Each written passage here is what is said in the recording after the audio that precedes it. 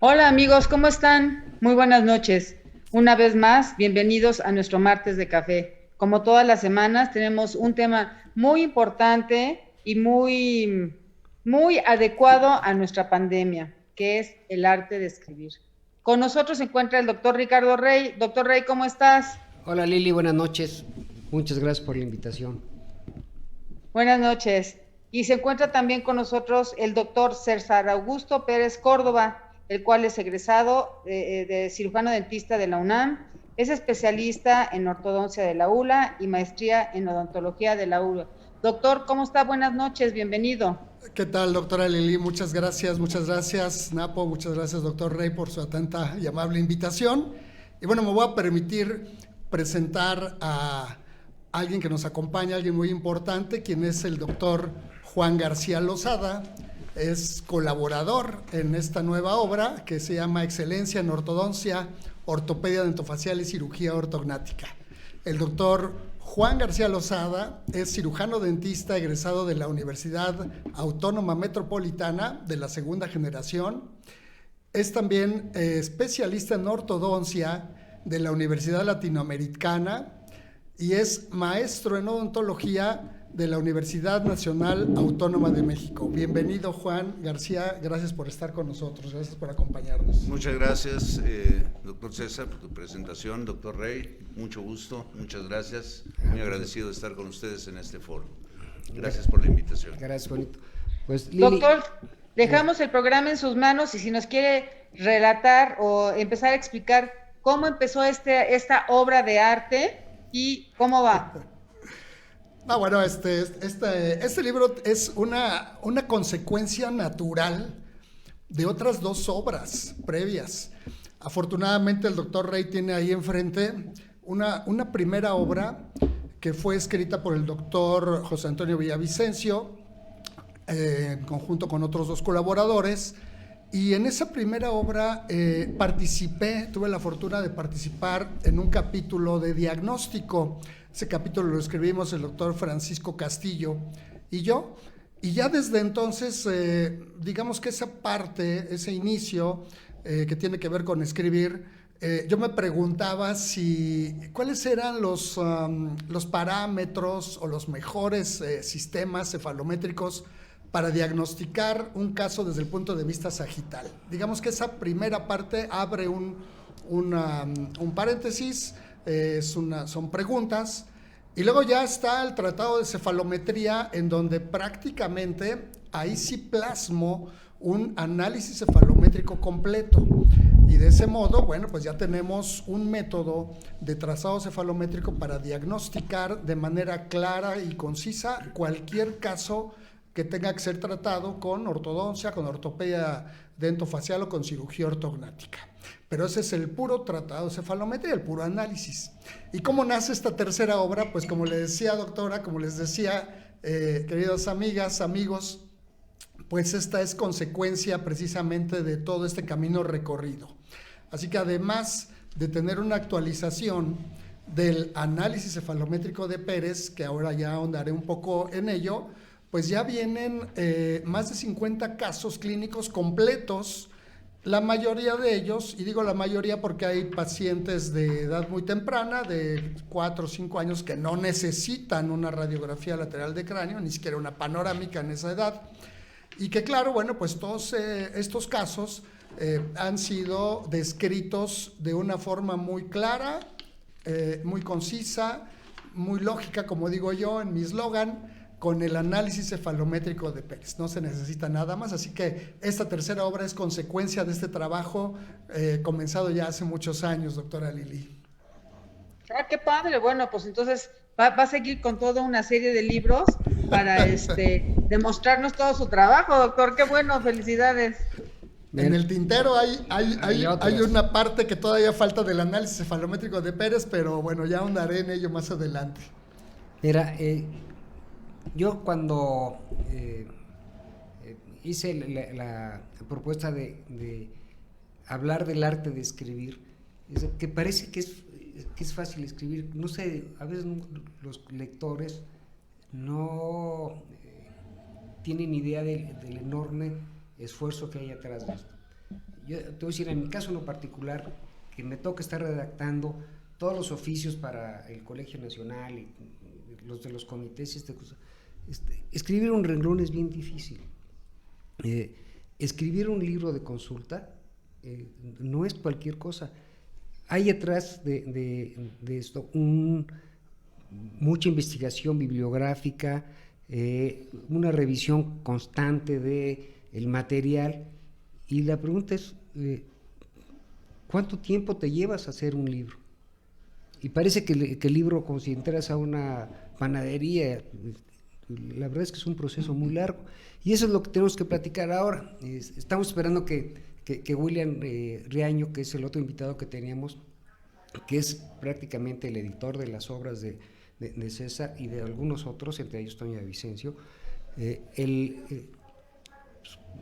platicar ahorita así de manera muy poco casual.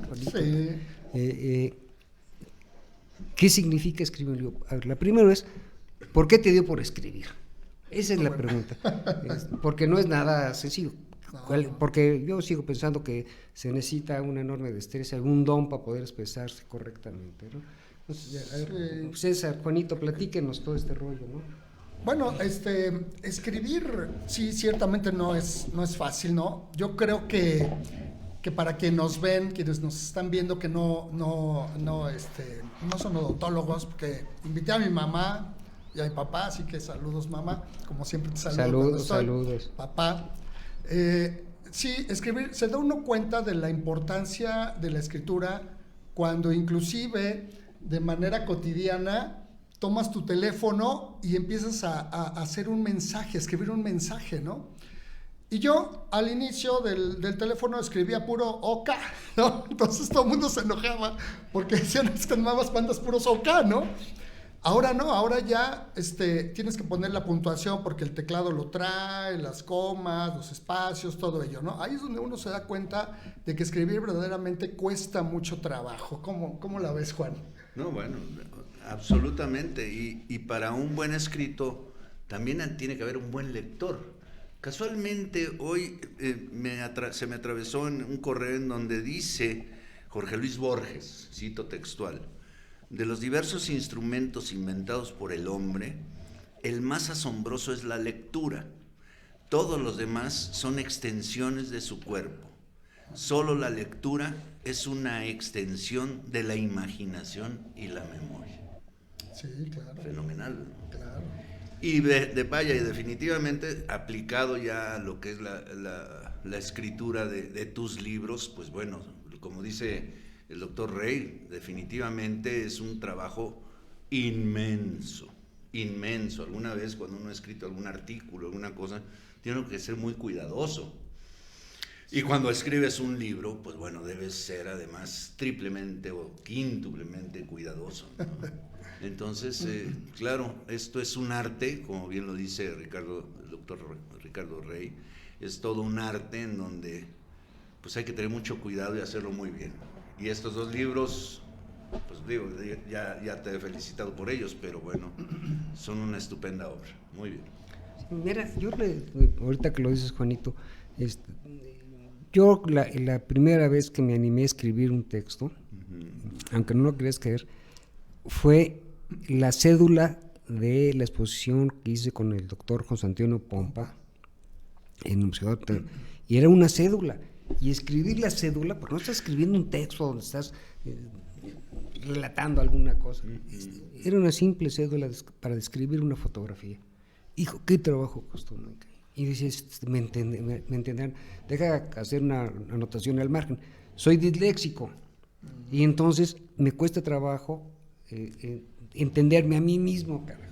Entonces decía, ¿me estarán entendiendo? Oye, o que quieran, o que crean que pueden entender otra cosa de sí, lo que no, estás queriendo tú decir, ¿no? Y en esa preocupación que he tenido por poder escribir, por escribir correctamente, me costó mucho trabajo. Entonces, cuando lees un texto, cuando lees una obra, le pones mucha intención porque sabes el trabajo que lleva atrás. Cuando escribimos, que estaba hojeando ahorita el libro que colaboramos con Toño de Vicencio, Sí, porque usted que fue la también primera colaboró. obra, bueno, había escrito ya un par de artículos, uno en inglés y cosas por el estilo, pero siempre tuve asesoramiento, había ayuda, había un redactor de estilo, entonces todo el rollo, Claro. y era mucho más fácil. Pero cuando escribimos con Toño de Vicencio, Sí. fue la primera vez que hicimos ese esfuerzo y competías en él. Mira, estaba leyendo a los que participaron en ese libro, que no era cualquier cosa, que ya eran chavos, bueno, doctores, con un andamiaje, ¿no? Seguimos siendo chavos, doctor. No, bueno, mira, Federico Barceló, Sí. o sea, bueno. que es todo un personaje, Tipazo, sí, ¿no? sí. Takao, bueno, Aurelio Jano, que también es otro de los... Ángel Caneta, Takao Kimura, No, bueno. Carlos Lisiaga, o sea, de esa talla estabas, y uno que era principiante en la cuestión de la escritura. No, si te sientes... Tienes que ser muy cuidadoso. No, sí. O Ahora, te sientes que debes ser muy cuidadoso. y no todo lo que lees es verdad. Además. No, sí, bueno, claro. eso es aparte. Entonces, te encuentras con cada cosa. Hay libros que dices, híjole, este güey se metió medio guate de la corriente, carajo, ¿no? Sí. El pasote, ¿no? Sí. Porque dices que no hay congruencia en lo que escriben, Sí. lleno de mentiras, de falacias, cosas por el estilo. Entonces tienes que ser muy cuidadoso a la hora de escribir para que no caigan en ese margen de donde te pongan en duda lo que estás diciendo. O de interpretación. O de versión. Generalmente, a mí lo que me preocupa es que duden de lo que estamos haciendo, ¿no? De lo que estoy Sí. escribiendo. Claro. Y entre eso, pues el trabajo que te cuesta escribir para que no caigan en duda. Sí, claro, ¿no? Y claro, hay que tomar en cuenta que uno cuando escribe, pues trae la idea en la cabeza, ¿no? Uno sabe de qué está hablando, sabe el tema, lo conoce muy bien y trae atrás un trabajo excepcional, ¿no? Pero darlo a conocer y sobre todo escribirlo para que la gente lo entienda exactamente igual que como uno lo escribe, eso cuesta muchísimo trabajo, ¿no? Entonces hay que escribir un párrafo y volverlo a escribir y volverlo a leer y luego se da uno cuenta de que escribiste 2 veces seguidas o casi seguidas la misma palabra o hasta 3 y entonces tienes que borrar. Afortunadamente hoy lo hacemos muy rápido, no borras la palabra y pones otra y ahí estás, ¿no? Entonces sí, dar a entender lo que uno tiene en la cabeza cuesta muchísimo trabajo y mucho tiempo, ¿no? Ahora, sí, yo lo que te decía, expresar lo que sientes, expresar lo que tú crees, tratar de que el lector comprenda tus razonamientos y tu investigación bibliográfica, cómo transmitirla. Esa parte es bien difícil. Yo sigo insistiendo que se necesita talento para escribir eso. O sea, no cualquier imbécil puede agarrar un libro y salir. Aquí es obra de un intelectual, es el trabajo intelectual que le dedica tiempo para poder compararlo y tener referencias adecuadas en lo que quieres expresar. Lo de la cefalometría que por ahí tengo la firma aquí enfrente. Así ahí está. De cuando estuviste la primera vez aquí en el colegio, Sí. donde hacíamos todo este rollo. Ahora con esto de la pandemia pues ya no podemos firmar el muro de los ínclitos como le hemos puesto, pero la verdad es que escribir, César, yo digo que sigue siendo muy difícil y es un talento. En verdad, es un don el poder escribir. Y además, como tú dices, Juanito, para un buen libro tiene que haber un buen lector. Y Sí. yo, mira, ¿cuántos de nosotros le dedica tiempo a la lectura? ¿Y a qué tipo de lectura? Los muy versados nos dedicamos a leer todo menos odontología. Es que no todo es odontología, la verdad, ¿no? No todo es odontología. No, porque yo te lo digo, no es que sea muy versado, porque soy todo lo contrario, pero ¿qué es lo que sucede? Tú lees un libro de texto ahorita, o un libro de consulta, empiezas a sentir qué tan actualizado estás. Claro, Eso te obliga a leer cada vez más. claro, absolutamente. Entonces, los que nos dedicamos a la enseñanza, Sí, nos tenemos que estar continuamente leyendo. Actualizando la palabra. Claro. Y le tienes que invertir tiempo a la lectura. Sí, estar al Es día. la verdad. Cuando mi amigo, les voy a comentar, tenía un paciente que llegó y me dijo, pues le expliqué todo el rol, yo manejaba mi análisis de Yaravac, inclusive todo esto de los circulitos, todo eso fue un invento mío que lo puse en la historia clínica de la UL, Sí, no sí. sé si te has de acordar. Sí, Bueno, claro. esa fue una locura mía, que le hizo la esposa de Carlos González Lucaseu, que era diseñadora gráfica. Dije, a ver cómo hago estos circulitos, entonces me hizo los circulitos.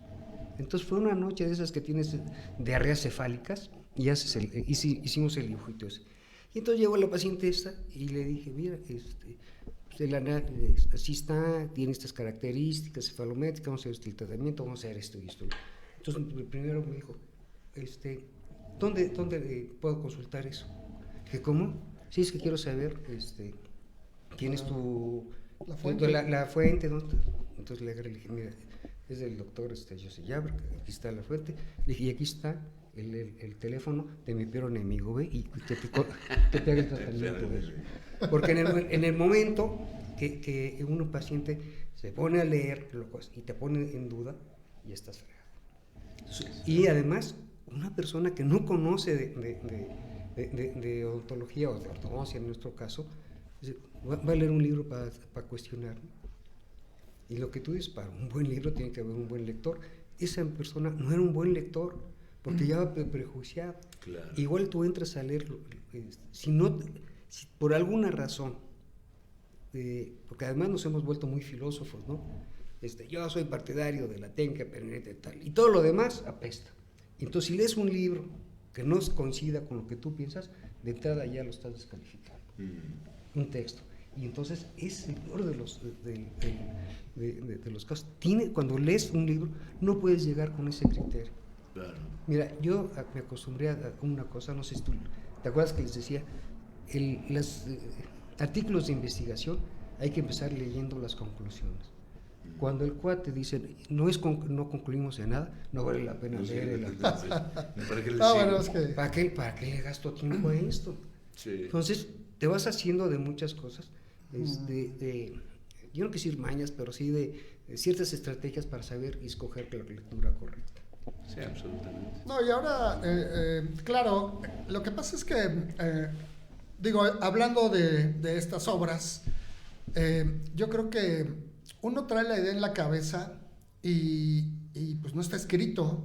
Yo la pasé mal, la he pasado mal, sinceramente.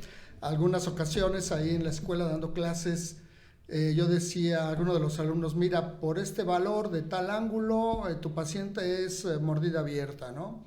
O divergencia bases maxilares, o clase 2, ¿no? Y claro, hay quienes me cuestionaron, ¿verdad? Oye, pero pues, tú estás dando un dato que no está escrito. ¿Dónde está? Pues no está. Simplemente no está. Está en mi mente, está en mi experiencia y no está. Eso me obligó a hacer esto, a hacer el análisis cefalométrico de PERS. Entonces, no estaba escrito nada, hice una investigación, esa investigación tiene un peso tremendo, ahora ya la he dado a conocer en muchos lugares, principalmente en la República Mexicana, y ahora ya está escrito, así que cuando alguien pregunte, pues ya está escrito. Pero al principio, cuando no está nada escrito, pues está uno, lo tiran a uno de a loco, por supuesto, ¿no? Sí. Y eso es correcto, claro que está perfecto, Claro. ¿no? Entonces uno que pide bibliografía, a ver, ¿cuál es tu bibliografía? ¿Cuáles son tus fuentes? Y puede ser que empecemos por las conclusiones, o bueno, yo estudié una maestría, así que conozco un poco de estadística, me gusta ver la metodología, ¿no? Todos los análisis que se utilizaron, en fin, todo ello. Y bueno, pues por supuesto la discusión, que es muy interesante. Entonces, si está escrito en artículos y hay porque no todos los artículos, como bien decía el doctor de los libros, con los artículos sucede lo mismo, no todos los artículos son verídicos, uno ve artículos publicados en diferentes revistas y uno cree que la verdad son buenos artículos, y la verdad muchos tienen deficiencias, sobre todo en metodología, cosa que ya he hablado ampliamente en cuestión de análisis cefalométricos.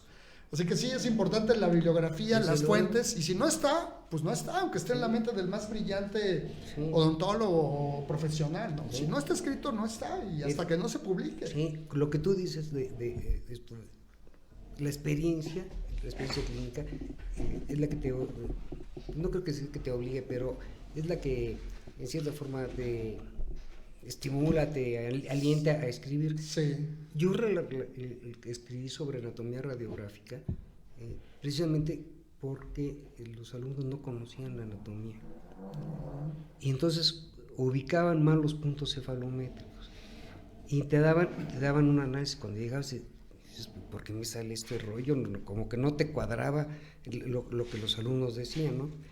Entonces trajimos a aquel doctor muy famoso, Benny Solo, no sé si te acuerdas de él. Sí, claro. Nos dio un curso de anatomía radiográfica extraordinario, la verdad, y a mí me gustó esa parte de la interpretación de la radiografía. Sí. Y yo les decía, en una buena radiografía le pueden ver hasta el color de los ojos al chavo, ¿no? Que es Sí, pero sí, ves todas las estructuras y el problema es que no las conocíamos. Y entonces yo veía las radiografías porque, no sé si se acuerda cuando hicimos el centro de biología en la ULA, en las tardes, Sí. yo tenía, les pedía una fotografía sin trazos y una fotografía con trazos. ¿Sí? En papel, sí. Y entonces yo veía la radiografía y lo que tú dices, la experiencia es, la mandíbula, el ángulo está así, tiene esta dirección de crecimiento, está trompudo. Entonces, inmediatamente estabas haciendo el análisis cefalométrico sin el trazo.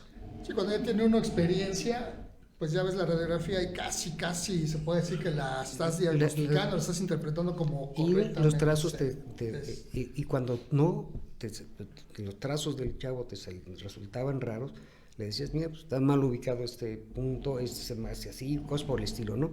Pero en términos prácticos, la experiencia es la que te da esa oportunidad de poder ser un buen candidato a escribir. No quiere decir que, porque yo sigo diciendo que necesitas talento para poder escribir. Aquí donde se une la experiencia que habla el doctor Rey de ver una radiografía y uno pues ya sabe lo que está viendo porque pues está adquiriendo esa experiencia de estar viendo 1, 10, 100 las radiografías que sean, pero el chiste es que ahora hay que transmitir eso. ¿Y cómo lo transmite uno? Pues escribiéndolo. Claro. Y escribir lo que uno tiene en la mente pues sí cuesta un poco de trabajo, ¿no, Juan? Sí, claro, por supuesto. Así es que cuesta trabajo. Y bueno, la metodología para estos trazos, en fin, se necesita crear todo paso a paso. El paso a paso para ahora, poder hacerlo correctamente. Yo te voy a hacer una pregunta. Todos los análisis cefalométricos, porque estoy refiriéndome al primer texto que hiciste de cefalometría. En términos prácticos, ya estaba orientado a su procedimiento, a su técnica ortodóntica, tú y también a su técnica ortodóntica. Sí. En el caso tuyo, ¿a qué técnica está orientada? Ninguna. Es que hay un error. Ese es el truco. Es que el punto es el siguiente, y esto es lo que qué bueno que me pregunta esto, ¿verdad? Porque exactamente hoy hay hoy más que nunca, la gente habla de un trazado, de un ángulo, de no sé qué, porque ya está pensando en su filosofía. Sí. La filosofía de lo que sea, de tornillos, de esto, del otro. Eso. Pero yo digo que un análisis cefalométrico es simplemente una herramienta de diagnóstico. Claro. Simplemente una herramienta de diagnóstico.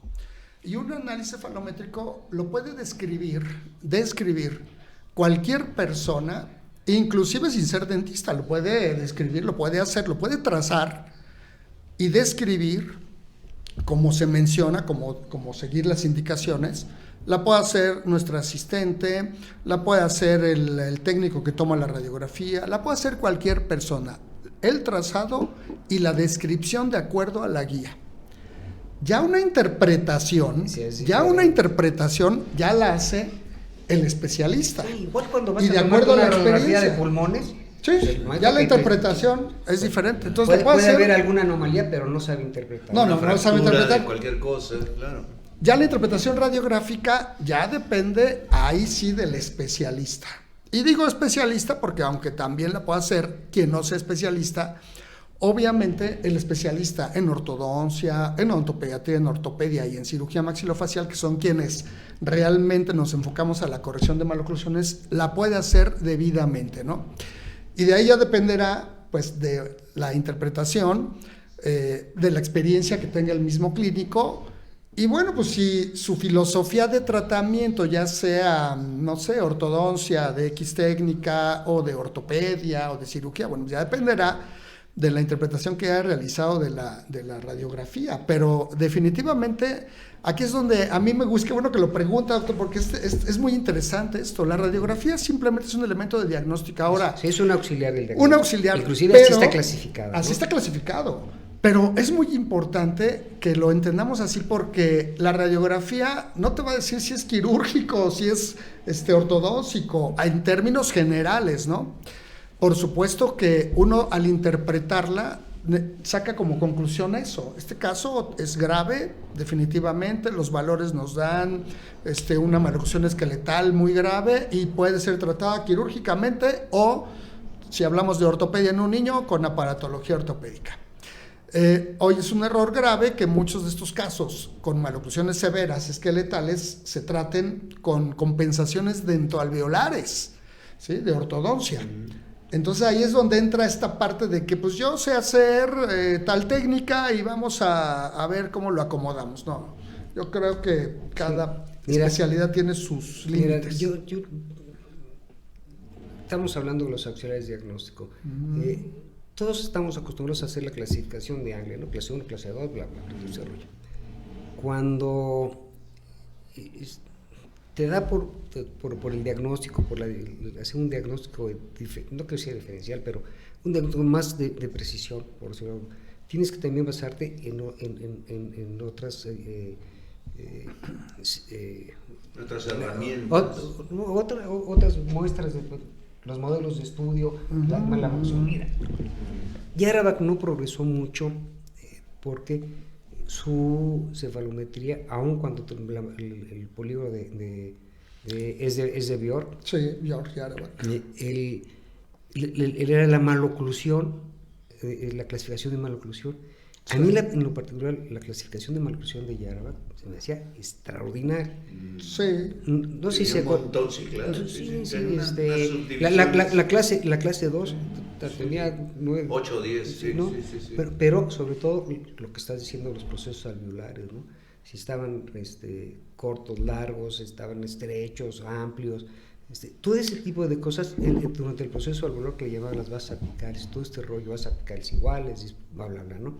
Y entonces, cuando vas viendo todo eso que conformaba el análisis cefalométrico, no es nada más el trazo, es todo lo que viene alrededor, la interpretación de lo que hace, ¿no? Ahora, yo lo que digo, sáquenme de dudas, pero el paciente crece igual, lo midas con Yarabak, con Pérez o con Tweed, el crecimiento, tienes la diferencia es la observación específica que le haces a cada uno de los trazos, a las posiciones de los procesos, a todas esas manifestaciones que tiene la cavidad oral y la radiografía, pero crecen igual. El chiste es interpretar ese crecimiento y cómo lo puedes corregir. Sí, y ahí el asunto en muchas ocasiones, el mismo trazado cefalométrico de una u otra técnica, tú puedes encasillar a muchos pacientes en ciertos valores y te das cuenta cuando lo sacas del contexto y lo ves clínicamente y lo ves activamente que no corresponde. Tú lo acabas de decir claramente. Esas variaciones son fenomenales, porque entonces tú manejas un paciente como clase 1, clase 2, clase 3. Yo les decía, ahora corríganme porque ustedes ahorita ahondo en lo que tú estás diciendo, porque es la clave. Sí, claro. Ustedes son más fregones que yo en ese sentido, pero el más menos, todos caben en el más menos 5. El que tenga más de 10 grados de diferencia, pues, el famoso de Dawes, ese cabían todos, creo. ¿Cabían todos? No, pero lo que acaba de decir el doctor Juan, ¿verdad? Además, quiero decirles, queridos amigas, amigos, colegas, Juan García Lozada, el doctor Juan García Lozada, fue compañero mío de la especialidad en la Universidad Latinoamericana. Y pues acabo de decir algo muy, muy cierto, que ahorita ahondo en ello. Juan y muchos de nuestros compañeros de la generación odontopediatras, endodoncistas, tenemos mucho contacto, tenemos un grupo, tenemos reuniones, en fin. Y bueno, compartimos muchas cosas, ¿no? Fiestas, comidas, desayunos, juegos, póker, viajes. Dilo con todas sus palabras. Borracheras. Pues sí, borracheras entre comillas, poquito, ¿no? Porque lo hacemos mientras jugamos póker. También va el doctor Villavicencio, también va William, y bueno, han ido otros colegas. El golf, que ahora subiste un video de golf, también hemos compartido por ahí un partidito, dos, ¿no? Sí. Pero, bueno, por eso es que, pero algo que sí realmente compartimos, veras, de manera muy extraordinaria, es la ortodoncia. Sí, hemos compartido muchos casos. El doctor Juan García Lozada participa con un caso que tratamos juntos, un caso quirúrgico de clase 3, sensacional. Tenemos muchos, escogimos uno para el libro, por muchas circunstancias que ahorita ahondo, de acuerdo a lo que se requiere para la publicación de una situación de esta naturaleza, ¿no? Pero hablando de lo que comentaba el doctor Juan, sí, efectivamente, el problema es que los análisis cefalométricos se quedaron cortos, porque primero, la desviación estándar, más menos 2, 3, 5, todo mundo entra ahí. El doctor Juan acaba de decir, los clasificábamos de una manera, pero los veías clínicamente y no correspondía. Entonces, ¿cuál es la clave de mi análisis? Que precisamente es lo que le da un valor excepcional a que tengo valores específicos para cada biotipo o tipo de crecimiento. No todos crecen igual, es decir, hay los mesocefálicos o los neutros, los braqui y los dólicos. Y cada uno tiene el potencial para establecerse en un equilibrio tremendo de clase 1, pero cuando se manifiesta una maloclusión, ya sea de clase 2 o de clase 3, en un dólico, una clase 3 se va a manifestar diferente en comparación con un braquicefálico y las medidas van a ser completamente diferentes. Bueno, mi análisis tiene medidas para cada uno de los tipos de crecimiento o biotipos. Esa es la clave de mi análisis cefalométrico. No hay otro igual. Claro que si ahora, por la técnica, por la moda de esto, del otro, no quiero decir a ninguna terapéutica, pero que ahora ya estoy analizando tal ángulo y que ahora tal cosa, bueno, puede complementar claramente lo que uno hace de acuerdo a esa terapéutica, pero hoy la descripción más clara y más precisa que hay, no nada más en México, en el mundo, es el análisis cefalométrico de Pérez por estas características. Sí, yo la vez que leí el texto de los análisis, a mí me pareció que estaba muy completo. Yo me hice en la vieja escuela de Yarabac, entonces todo lo relacionaba con Yarabac para poder entender mejor tu propuesta. Tiene una base de Yarabac. Sí. Tiene una base de Yarabac. Sí. Björn Yarabac. Porque crecimos con eso. Bueno, nos hicimos en esa escuela, ¿no? Sí. Porque también estábamos muy influenciados porque éramos el mismo grupo, ¿no? Olga Saldívar, Jaime Aguilar, yo, después, bueno, los que estaban en la ULA alrededor de nosotros, Neira, y empezaron a hacer esos grupos, cosas, ¿no? De Yarabac son mejores que Ricketts y que los que sean, tiene muchas cosas muy buenas. A lo que quiero decir es, todo eso, finalmente, es porque tú revisas la bibliografía, que es algo que está documentado, y cuando documentas un texto con una bibliografía, porque dice ahorita Yara, porque es lo que conocemos, pero para poder compararte con otro análisis, como el de Yabra, tenías que haber leído Yabra y Ricketts. No, me he leído todos los análisis habidos y por haber, y los he comparado todos de pe a pa. Entonces, hay un estudio previo, es a lo que llevo. El haber escrito esto no fue obra de la imaginación. No es un texto de un cuento de Corín Tellado. No. Surge de aquella duda plasmada en aquel libro, en aquel primer libro, y de ahí hay una investigación en la ULA, en la maestría, en donde yo decía, a ver, ¿por qué el ángulo NB me dice que es clase 2 cuando es clase 1? ¿O por qué me dice que es clase 1 cuando es clase 3? Y esa parte de la investigación de la metodología está en el Tratado de Cefalometría, en esta primera obra, ¿sí?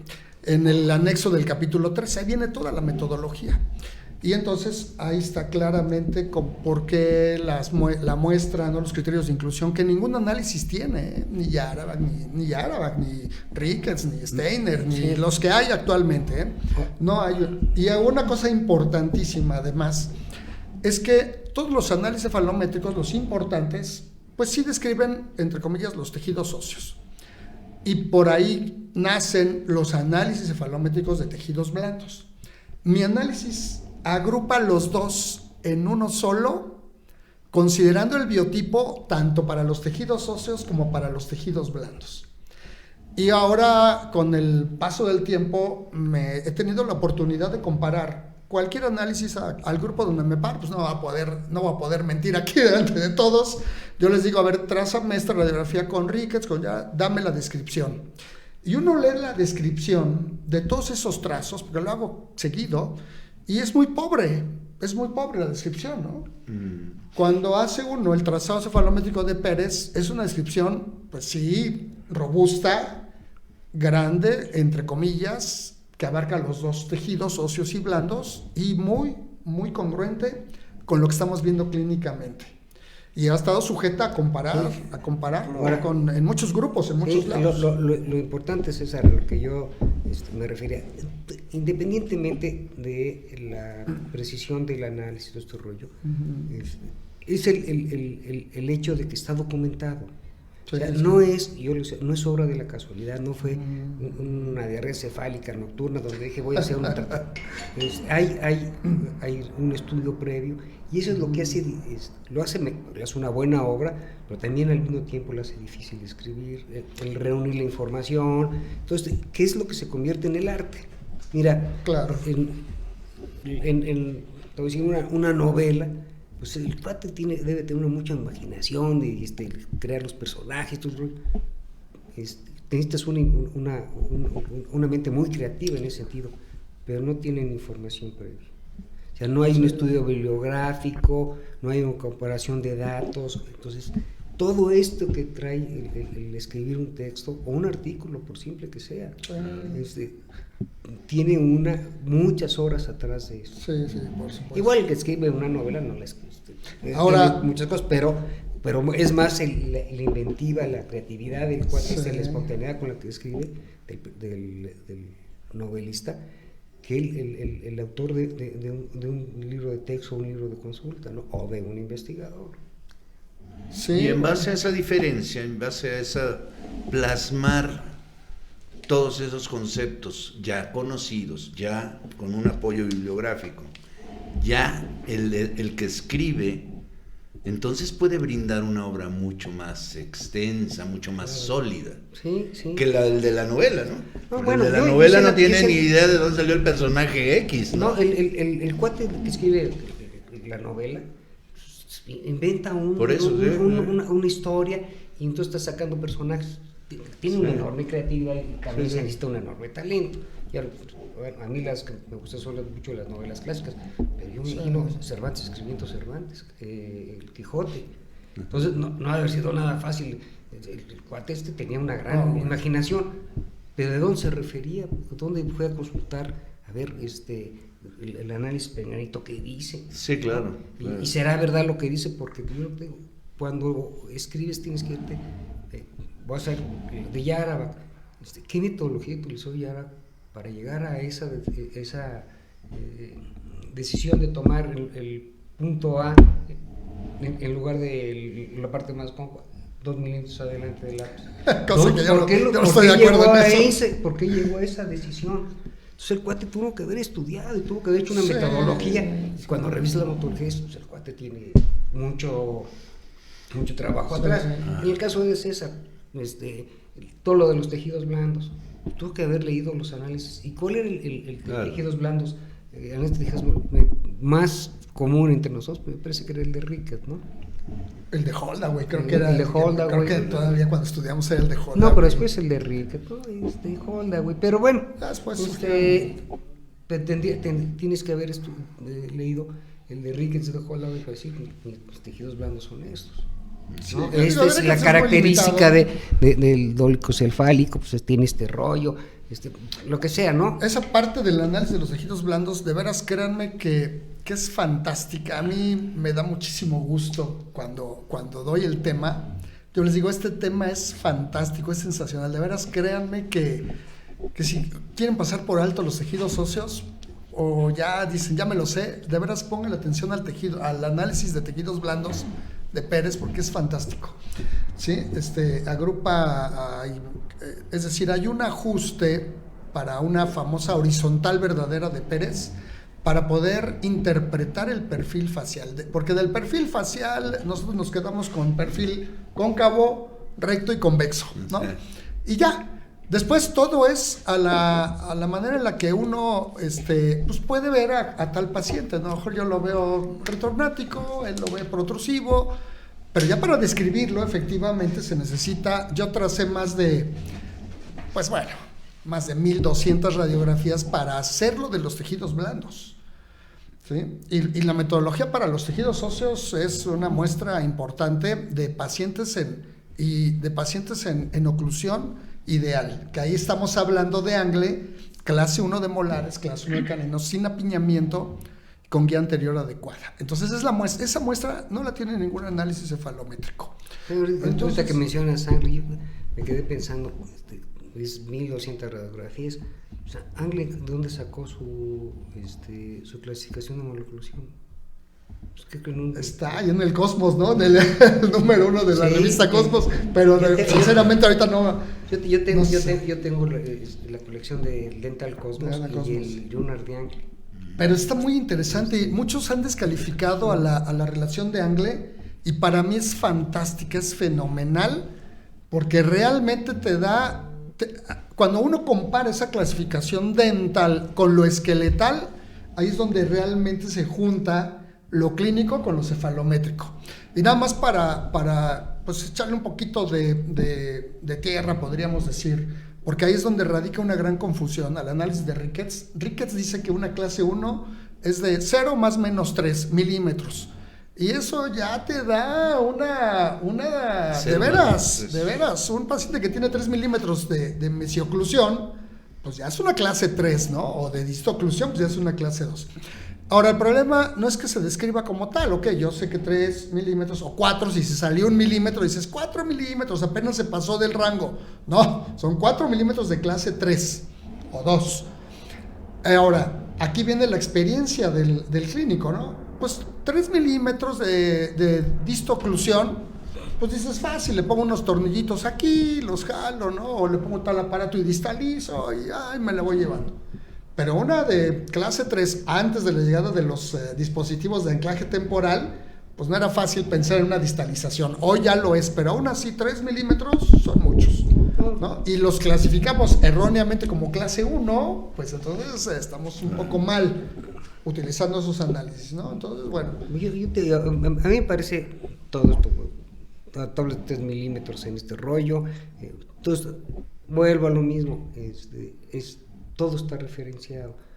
¿Por qué sacó 3 milímetros este chavo? ¿En dónde dio? ¿Cómo dio? Para que fueran 3 milímetros. Tuvo que haber tenido... Pero no está plasmado. Bueno, tienes que ir al antecedente. Mira, sí. A mí me tocó estar en Ann Arbor, en Michigan, en el Centro de Desarrollo y Crecimiento. Que desarrollaron un tremendo trabajo de años. Extraordinario. Sí, a lo largo de cuántos años.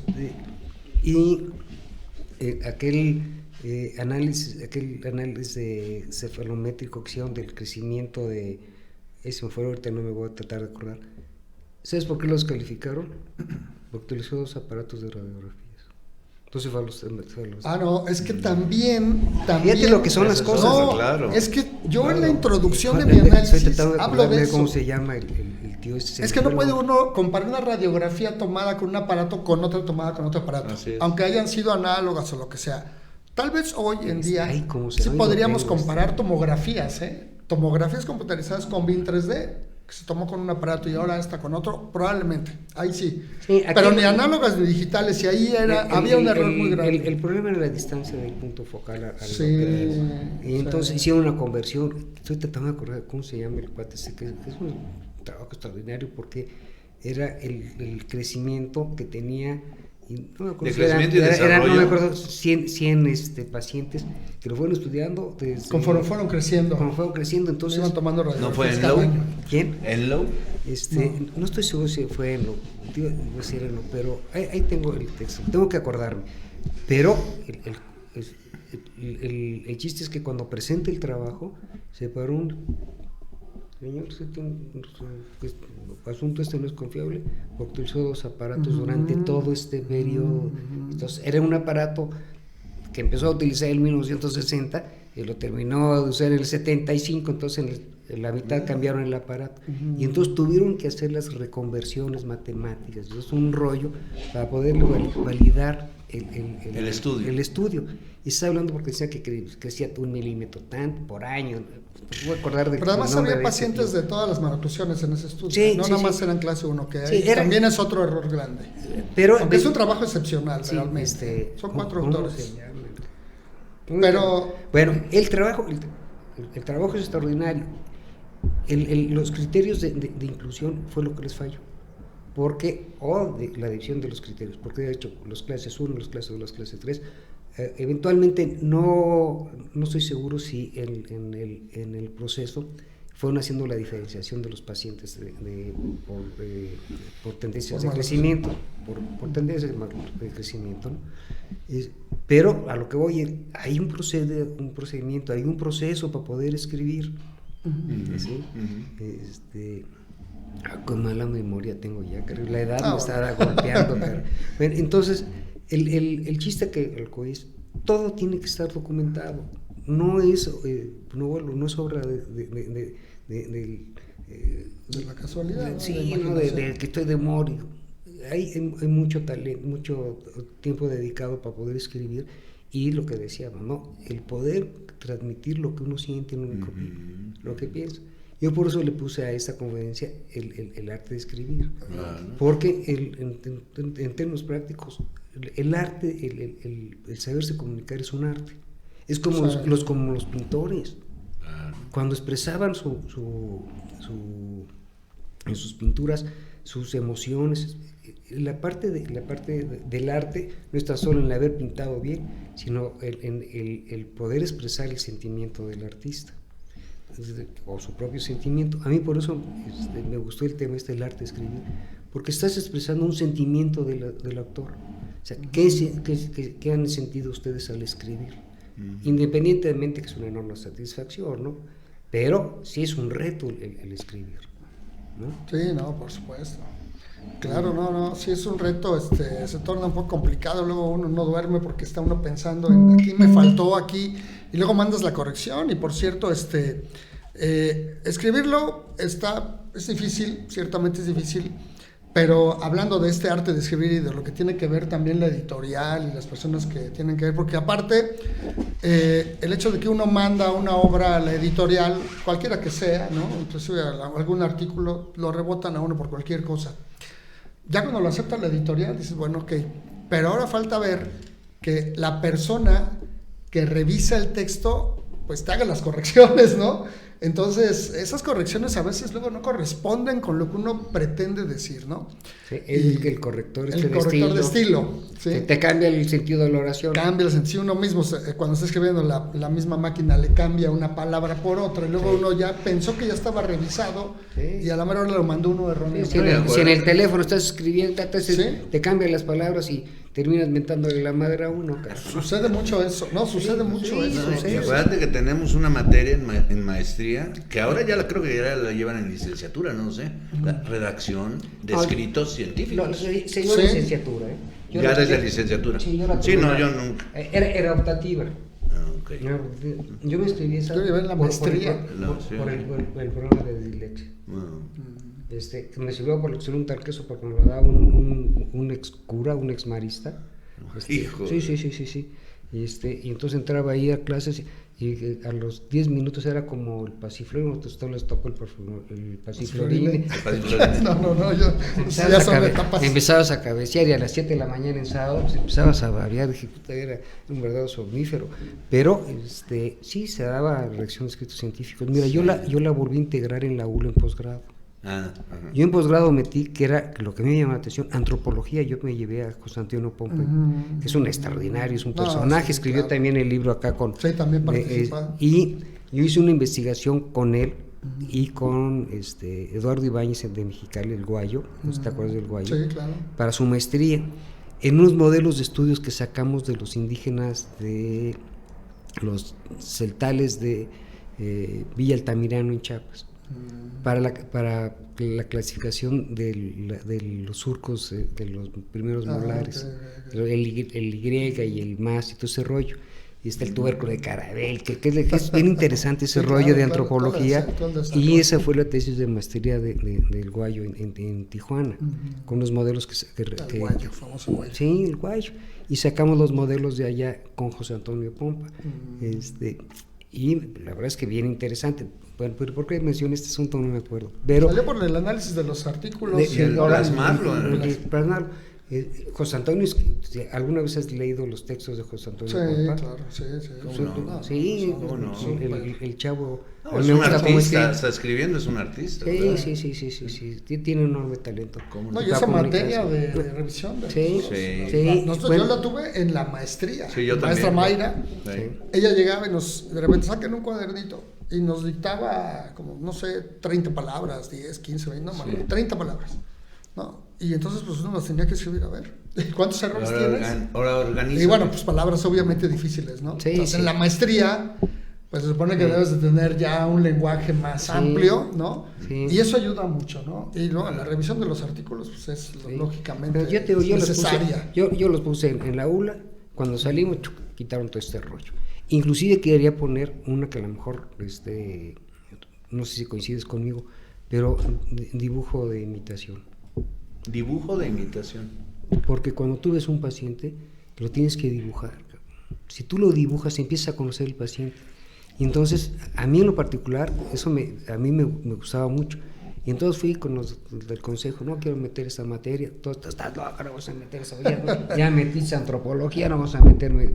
Y a mí, le dije, bueno, cuando menos en ortodoncia, no me dieron chance de meterle en algún lado, pero el poder dibujar la cara, la expresión de la cara, entonces anatómicamente ya tienes el análisis cefalométrico, después te pones a lo que dices de los tejidos blandos, te pones a revisar. Me estoy sonriendo porque voy a decir algo la estructura de los ojos, cómo están los ojos, la expresión de la sonrisa, cómo se ríe, cuando está en descanso, cómo tiene la cara. La relación de los tercios, ¿no? Esa es una de las claves. Sí, y entonces yo quería hacer eso, no me dejaron.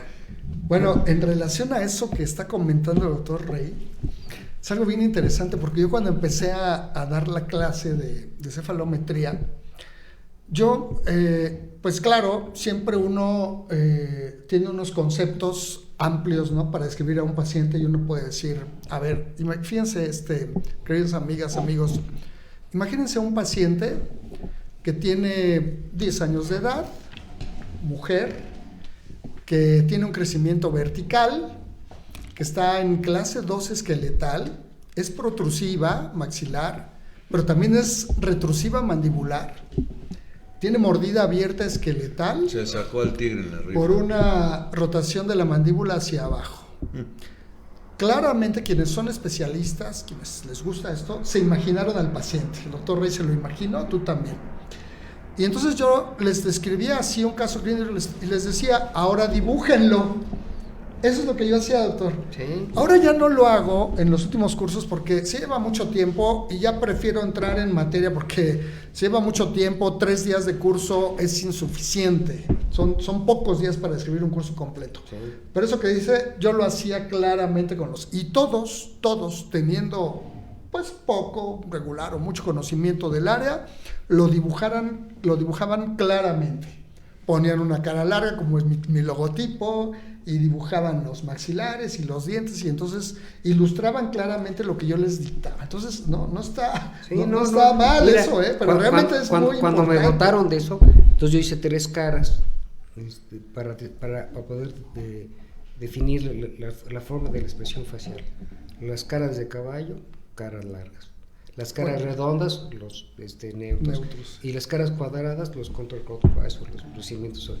Y entonces, ¿cómo ejemplificas la expresión de la cara si no sabes difugarla? ¿Cómo puedes decirlo? Mira, lo que decíamos, ves una cefalometría, una radiografía, y al instante estás viendo los trazos cefalométricos. Y ya estás viendo que dónde está la silla turca, que el rollo, que el ángulo, y ya estás ubicando los puntos, los planos, sin que haya un trazo. Ya estás viendo la tendencia de crecimiento, ya estás viendo toda la creación de los incisivos, ya estás viendo. Inmediatamente, imagínate que pudieras arriba de esa radiografía, de esa imagen radiográfica, poder pintar la expresión de la cara. No, sería padrísimo. Ahora, en el caso, por ejemplo, de la descripción de la maloclusión, cuando a mí me llaman, doctor, fíjese que tengo un paciente que está en clase 2. Entonces, cada uno de nosotros nos imaginamos una cara de clase 2, ¿no? O una maloclusión de clase 2. Pero resulta que cuando te muestran las fotografías clínicas y hasta la misma cara, el paciente está en clase 1. ¿Por qué dijeron que estaba en clase 2? Porque fue diagnosticado, descrito, interpretado con otro análisis cefalométrico. Entonces ahí ya hay un choque tremendo de esta imagen que tenemos visual de la cara, de la misma maloclusión, con interpretaciones erróneas. Sí. Aquí no sucede, en mi análisis no sucede, pero ese es un ejercicio que yo hice mucho tiempo les pedía que dibujaran las caras de un clase 2, vertical, horizontal. Fíjate, en verdad es importante, mucho de nuestra formación se da bajo conceptos muy estrictos. O sea, y no es nada más en México, o en la ULA, o en la UIC, donde sea, con Toño, donde vayas. O sea, son parámetros muy escritos. Igual a mí me tocó estar en las clases del doctor Yavac en Loyola, en Chicago, o sea, y ya se cuenta que estaba viendo al doctor Hunda con sus conceptos. Siempre era ese, no que sea esa cuadratura, pero ese formato, ¿no? Es el profesor enfrente al pizarrón, bla, bla, bla, explicando y exponiendo sus cosas, ¿no? No había esa creatividad. Y mira que no es por jactarme, pero no sé si tú ibas en aquel viaje a San Francisco, donde el cuate que le pasaba las diapositivas tiró los carruseles.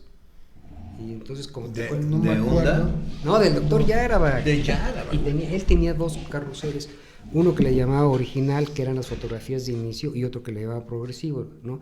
Y entonces si llegabas a tal punto, regresabas el carrusel, el 1, para que y el 2 seguía corriendo con toda la evaluación del tratamiento. O sea, el chavo tiró yo ya la vi. Yo cuando iba a su consultorio tenía unos vietnamitas o coreanos, trabajando su laboratorio, porque él hacía sus posicionadores bucales, ¿no? Bueno, sus retenedores. Y entonces me decía, voy a ir a tal lado, sácame los expedientes y móntame las transparencias. Y yo le montaba las transparencias allá, porque no podía meter la mano en la clínica, ¿no? Pero me quedaba, porque al final del día hacía un resumen de los trabajos de los pacientes que había visto con sus asistentes.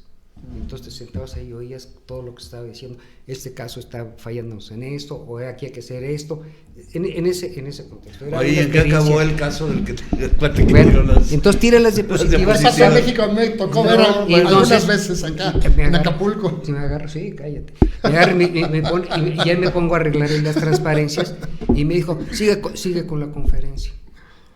Bueno, pues ahondando en esta cuestión de los casos clínicos. Yo les quiero hacer una pregunta, pero hablan mucho, qué bárbaros. Están entradísimos en la plática. Adelante, doctora, adelante. Me están preguntando si ya está terminado el libro y dónde se puede comprar.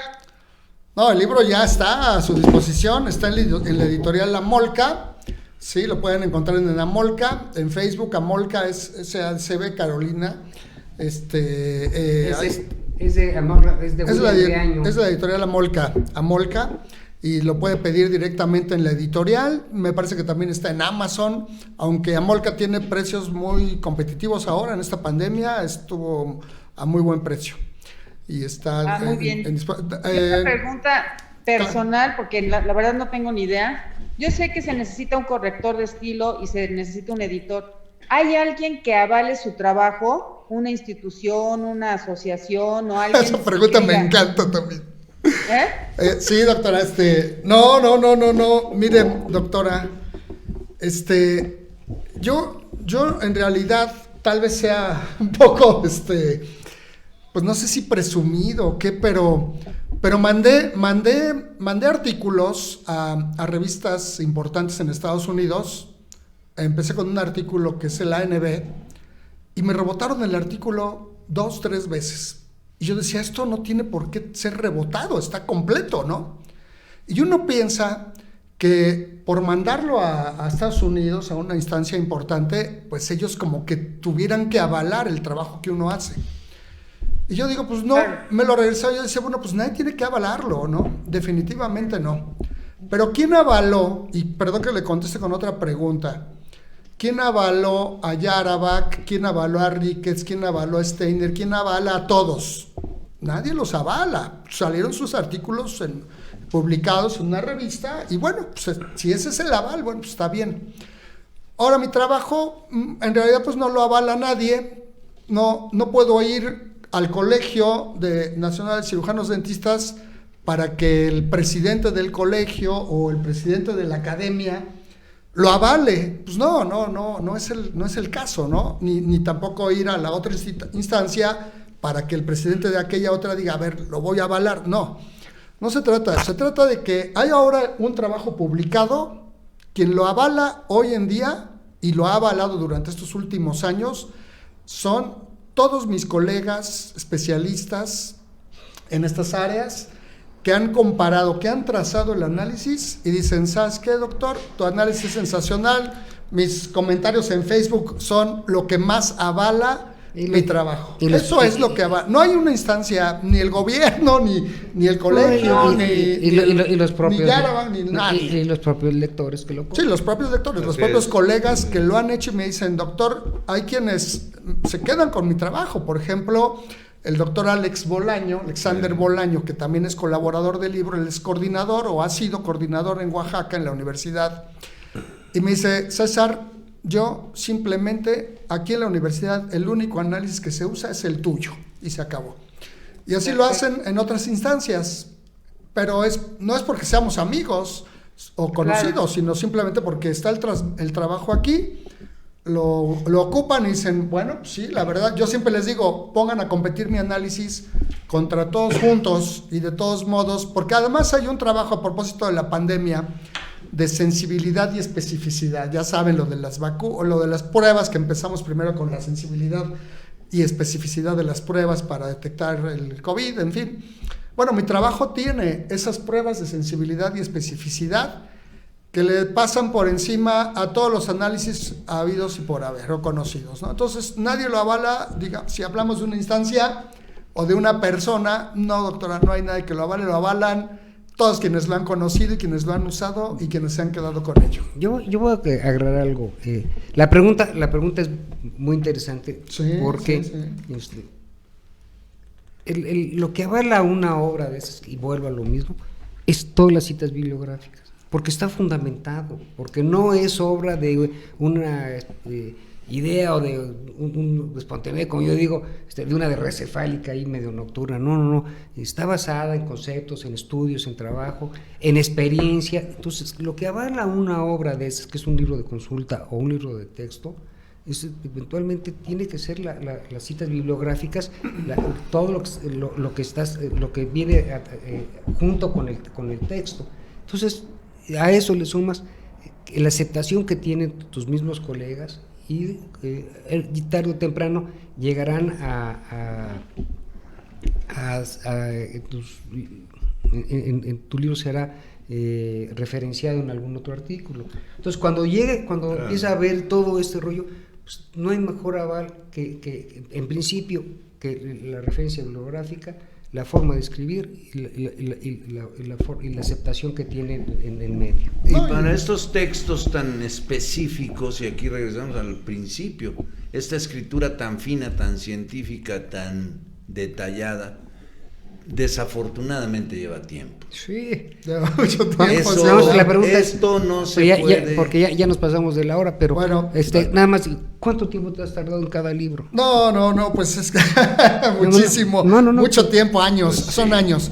Pero sí, por supuesto, yo pienso que escribir una obra no se trata de repetir lo que ya está, porque siempre me han dicho, doctor, es que usted repitió o conjunta análisis de uno y de otro. No. Probablemente hay cosas que no cambian, ¿no? Las estructuras óseas, la localización de puntos, las líneas, los ángulos, esos no cambian. El chiste de esta obra o de estas obras es la interpretación, de eso no está escrito. Y claro, hay un soporte bibliográfico muy grande, muy intenso, por supuesto, en ambas, pero realmente lo que uno le da gusto por hacer es una propuesta nueva. Entonces, esta propuesta es el análisis cefalométrico de Pérez. De ahí surge ya la nueva obra que tiene que ver con una actualización, porque esta obra tiene... se utiliza una muestra importante, pero hay pacientes muy dólicos y muy braquis. Entonces ya hay una actualización de esa obra, por supuesto, de esos datos. Hay conceptos interesantes para poder realizar mediciones, ahora que está de moda mover los dientes con tornillos, ¿verdad? Con dispositivos de anclaje temporal. Ahora ya puede uno decir claramente si un diente fue intruido, fue distalizado, fue mesializado, en fin, con una claridad muy, muy, muy importante. Y otra cosa, aparte de ello, pues es que también hay un paso a paso para quienes ya utilizan la tomografía computarizada con BIM 3D, está el paso a paso para poder pues utilizar esa herramienta y hacer el análisis cefalométrico en ese sistema, ¿no? Eso está muy interesante. Entonces, sí, Está cuesta muy mucho tiempo, mucho trabajo, hay un soporte bibliográfico tremendo, pero es una aportación. Y como cualquier aportación al principio, pues te tiran de a loco. Yo me acuerdo que cuando di unas primeras clases ahí en la asociación con mis colegas maestros, hablando de estos conceptos diferentes, de valores diferentes, pues creo que todos los profesores, si hubiera habido jitomates, nos los hubieran lanzado. Eso es lógico. Así pasa, y eso ya está uno, yo estoy acostumbrado a eso realmente, pero por eso yo los invito a que lo lean, que lo hagan, que lo tracen, pero con la sistematización con la que yo lo describo, ¿no? Y de ese modo, pues van a ver que les va a encantar. Y ahora que vean los casos clínicos descritos con el análisis cefalométrico, que por cierto el caso con el que compartimos en este libro, el doctor Juan García Lozada, es un caso bellísimo de clase 3 esqueletal, que tuvo una evolución muy grande, muy importante, en fin, y que bueno, pues yo quiero agradecerle a Juan por haber participado, no nada más en este caso, que es el que se plasmó en el libro, sino con muchas otras cosas como lo han hecho muchos de mis colaboradores, comentando, compartiendo conceptos, casos clínicos, con una buena comida, unos buenos mezcales que a mí me encanta. Y bueno, eso es fantástico, ¿no? Y nos podemos quedar mucho tiempo hablando de ello, pero qué bueno que me dio tiempo de agradecerle al doctor Juan García Lozada. Y bueno, lástima que no entró William, pero públicamente también lo hago siempre que doy una clase, una conferencia, al doctor Rey agradecerle porque él me aceptó en la ULA cuando yo quise entrar.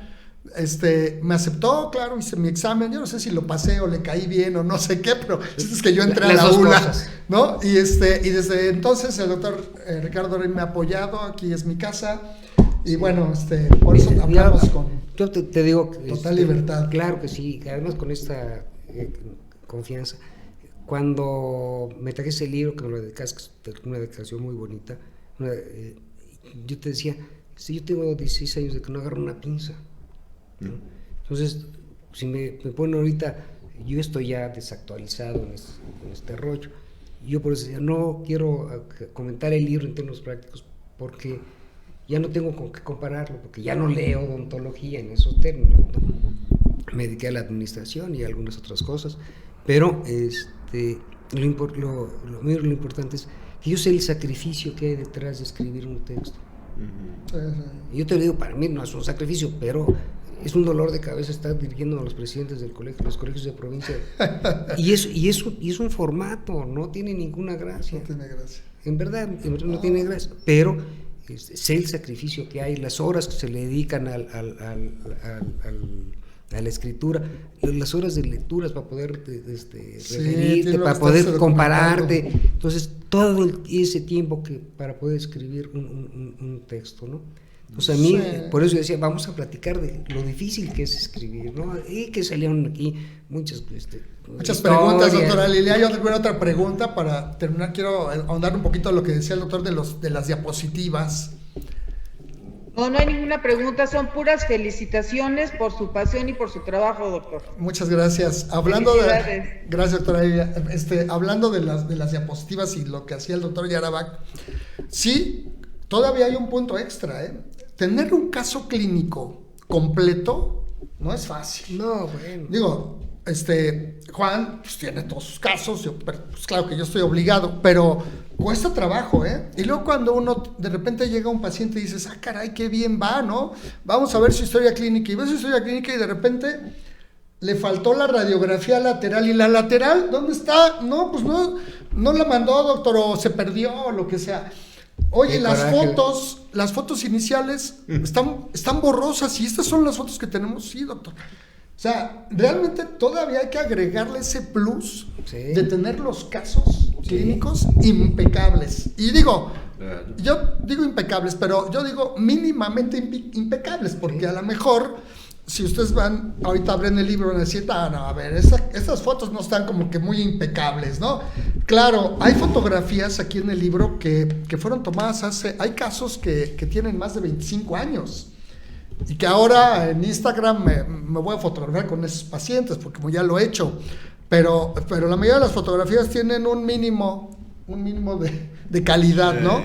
Tanto las fotografías clínicas como las radiografías y todo lo demás, ¿no? Tú hablas ahorita se requiere de una pulcritud. Sí, no, y tú hablas ahorita de los nuevos aparatos de rayos X, todo el Combin, todos estos asuntos.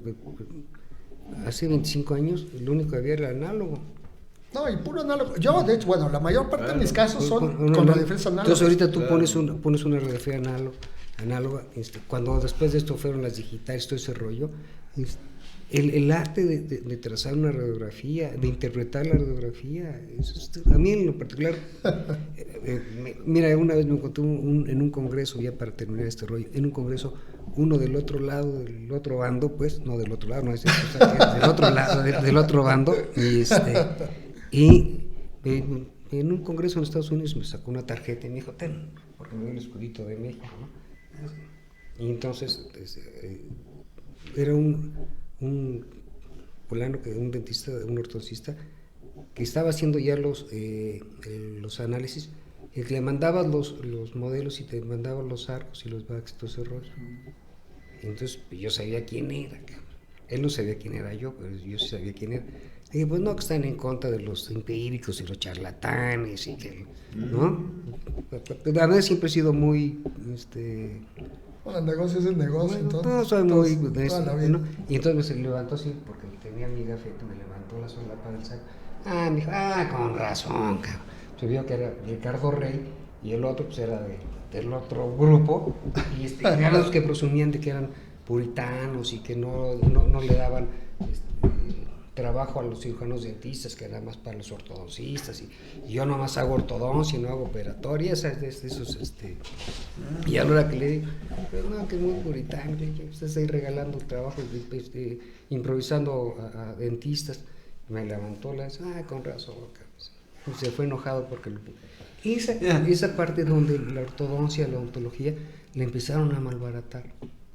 Y este tipo de obras en donde te dicen, fíjate cómo se debe de hacer las cosas, tienes muchas alternativas, como tú dices, es otra, aquí está esto. Para mí, para César Pérez, es lo mejor que hay y no tiene comparación. Está bien, muchos comprarán el rollo, pero es una opción de calidad donde puedes hacer un trabajo digno y responsable. Y entonces eso es lo que hay que valorar, el esfuerzo que hay para que los demás hagan un trabajo digno, honorable, ético, profesional y que le sirva a la sociedad y a la comunidad odontológica. Claro. Eso por eso hice la comparación, un cuate que te vende brackets y alambres prefabricados para que hagas ortodoncia, chavo que no es ortodoncista. Y sacas un libro de consulta o de texto donde dice esta es la forma de hacer las cosas correctas. Esa es la diferencia del todo el rollo. Por eso vuelvo. Y es un arte el escribir. Se necesita tener un don. Así es. ¿No? Bueno, pues ya que nos pasamos de tiempo, doctora Sosa, ¿cómo me dices qué hacemos? Doctora Lilia, ¿cómo vamos? ¿Hay preguntas o qué más? Ya se pasaron de tiempo, pero está súper buena la plática, muy interesante, pero pues lamentablemente ya acabó el programa. Pero si fueran tan amables de darnos sus conclusiones, doctor Rey. Bueno, pues yo concluyo diciendo que agradecido con César y con Juanito, no tan solo por su presencia aquí en Martes de Café, que enriquece la participación de nuestro Colegio Nacional, sino el agradecimiento por dedicarle tanto tiempo a los textos, por escribir, por querer comunicar conocimientos y experiencia, que al final del día tendrán que enriquecer la práctica profesional de nuestros colegas, ¿no? Yo muy agradecido por el esfuerzo que hacen, te felicito, César. Los dos fueron alumnos míos, espero que igual que Toño Vicencio, yo he dicho que la mayor satisfacción de un profesor es cuando el alumno lo rebasa, ¿no? Y por mucho ustedes, incluyendo a mi amigo Toño, nos han rebasado los profesores que les dimos clases. Los felicito, me da mucho gusto, César, Juan, que estén en este camino. Gracias. Y que compartan el conocimiento. Vuelvo a una de las que me ha motivado a mí. El conocimiento debe considerarse como un derecho universal. Sí, claro. Es un bien de la humanidad y no puede haber egoísmo en el conocimiento y en la enseñanza. Y yo te felicito porque estás haciendo un esfuerzo extraordinario y esa disposición para compartir tus experiencias. Muchas gracias. Los felicito a los dos. Muchísimas gracias. Sí. Doctor Juan García. Pues yo también muy agradecido de haber estado aquí compartiendo con Ricardo, con César, grandes historias, grandes tiempos, y plasmar en un libro, en un tratado, que ahora ya son dos y viene un tercero, toda esta experiencia realmente es muy satisfactoria. Como bien lo dijo Ricardo en un principio, esto es una herramienta, y como bien lo dijo él también, es una herramienta de calidad. Esta herramienta de calidad es básicamente lo que tenemos en este tratado de cefalometría de Pérez, en donde se ve la calidad y la puntualidad con la que se hacen las cosas. No es un trabajo empírico, no es un trabajo al aventón, no es un trabajo hecho con, valga la expresión, con las patas, sino que tiene muchos años de experiencia, muchos años de estar plasmando todos esos conocimientos. Es un valor muy grande. Te felicito, como siempre te lo he dicho, César, orgulloso también de que me hayas invitado, y pues adelante, y el tercero debe de ser mejor. Ese es el reto. Todavía estamos en eso porque es diagnóstico cefalométrico en 3D de Pérez. Pero para concluir, bueno, yo quisiera, sí, efectivamente, estoy muy agradecido con el doctor Rey, con el Colegio Nacional de Cirujanos Dentistas, con la doctora Lilia Napo, y claro, esta cuestión, como le llamó el doctor Rey, del arte de escribir, no lo puede hacer uno solo, requiere uno de muchas personas, ¿no? Uno solo no lo puede hacer. En esta última obra, pues tuve la fortuna de contar con grandes colaboradores, a quienes agradezco en este foro por haber acompañado en mi trabajo. Pero también quiero decir algo muy interesante, porque el doctor Juan García Lozada y quienes se paran aquí en el foro, aquí en esta aula, que está padrísima, ¿no? Ya he tenido oportunidad de estar varias veces acá. Generalmente la mayoría de las personas que hablan aquí en estos micrófonos son profesores, ¿no? Generalmente son profesores, conferencistas, grandes docentes, ¿no? Y yo no sé, no he visto todas, por supuesto, pero el doctor Juan García Lozada, quien hoy me acompaña y quien es colaborador del libro, creo que representa a la gran cantidad de odontólogos, cualquiera que sea su especialidad, su formación, que no son maestros, es decir, maestros que den clase, o profesores, porque Juan no da clases. Catedráticos. Catedráticos. No da clases, ¿no? Hace mucho, tuvo una escuela, pero él no da clases, no se para en ningún foro, nada. Así que Juan representa a todo el gremio odontológico, no solo de México, sino yo creo que todo el mundo, por supuesto México, Latinoamérica, todo el mundo, porque no se requiere ser profesor, catedrático para hacer esto, no, se requiere realizar un trabajo, amar el trabajo, ¿verdad? Lo que uno hace, Juan y todos mis colaboradores, y así creo que todos quienes estamos ahorita en vivo, lo hacemos con un amor por la odontología, por resolver los problemas o las maloclusiones, y eso creo que habla muy bien de todos nosotros. Gracias, Juan, por estar conmigo hoy, por estar por la amistad de tanto tiempo, por el apoyo del doctor Ricardo Day y a toda la gente que nos ha visto el día de hoy. Gracias por todo, doctora Lilia, muy amable. Falta tiempo para expresar muchas más cosas, pero creo que es justo, suficiente. Muchas gracias. Bueno, doctores, los felicito porque fue un panel muy ambicioso y muy profundo. Doctor César, lo felicito por su pasión y por su entrega a la odontología. Todas las gentes que marcaron aquí en Face, de verdad que todos lo felicitan por su trabajo y por su pasión.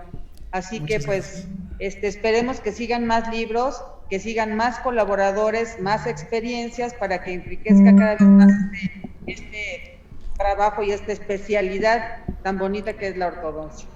Muy buenas noches a todos y muchas gracias. Buenas noches. Gracias Lili, noches. gracias a todos. Muchas gracias. Y nos vemos el próximo martes de café. Así es, buenas noches. Buenas noches. Gracias, Cuídense. Napo. Gracias.